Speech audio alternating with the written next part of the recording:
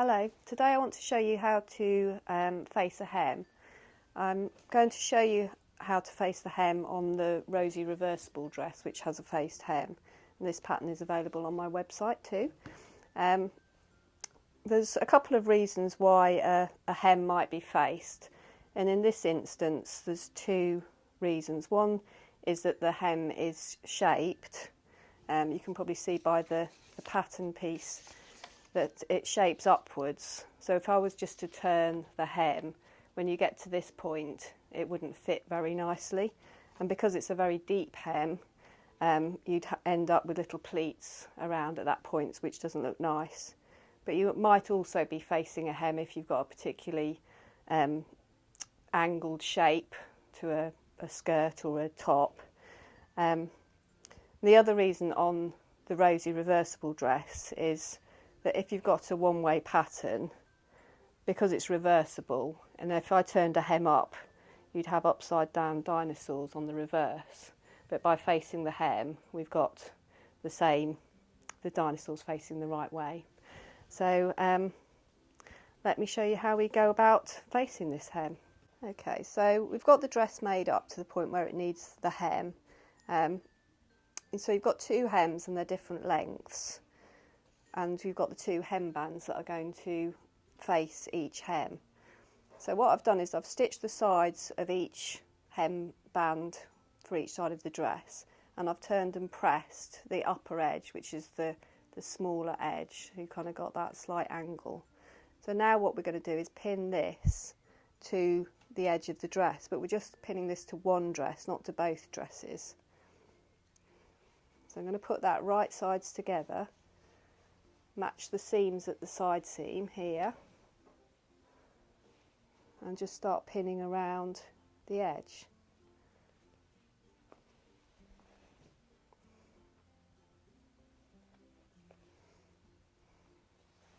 The other thing about doing the hem facing is you know that your hem is going to be nice and straight if you've already started off, as long as your stitching's pretty good.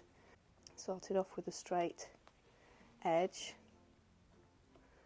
and it fits perfectly. So that's one side. Lots of people think that because this is reversible, the dress should be somehow stitched together at the bottom, but it isn't. They just hang separately as if it was a lining to a dress, really. So now I'm just going to prepare the other one. So right sides together, raw edges together, and the upper folded edge. This is prepared, ready for when we stitch it down at the end. So I'm just going to prepare that at the same time so we can do both facings once we go to the machine.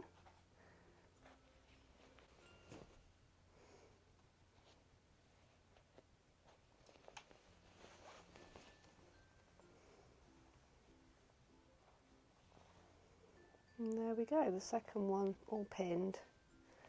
So you've got two hem edges ready to stitch. Just show you that a bit clearer. There we go.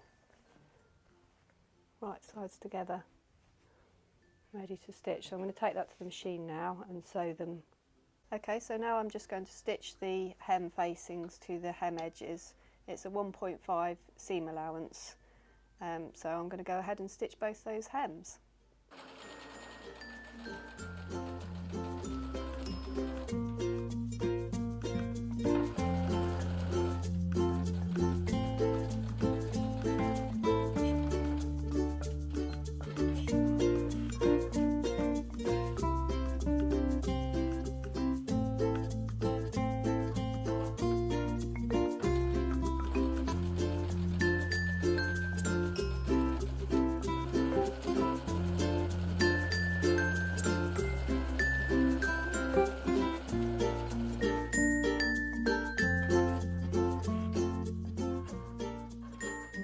So I've stitched those hem bands in place, and now what I'm going to do is take that and press it so that the facing is pressed downwards. Now I've stitched that and I've pressed the facing away from the dress so the seam is facing downwards, and what we're going to do now is turn that up and press it again, for the finished hem. So this one I've pressed already to show you on the other side.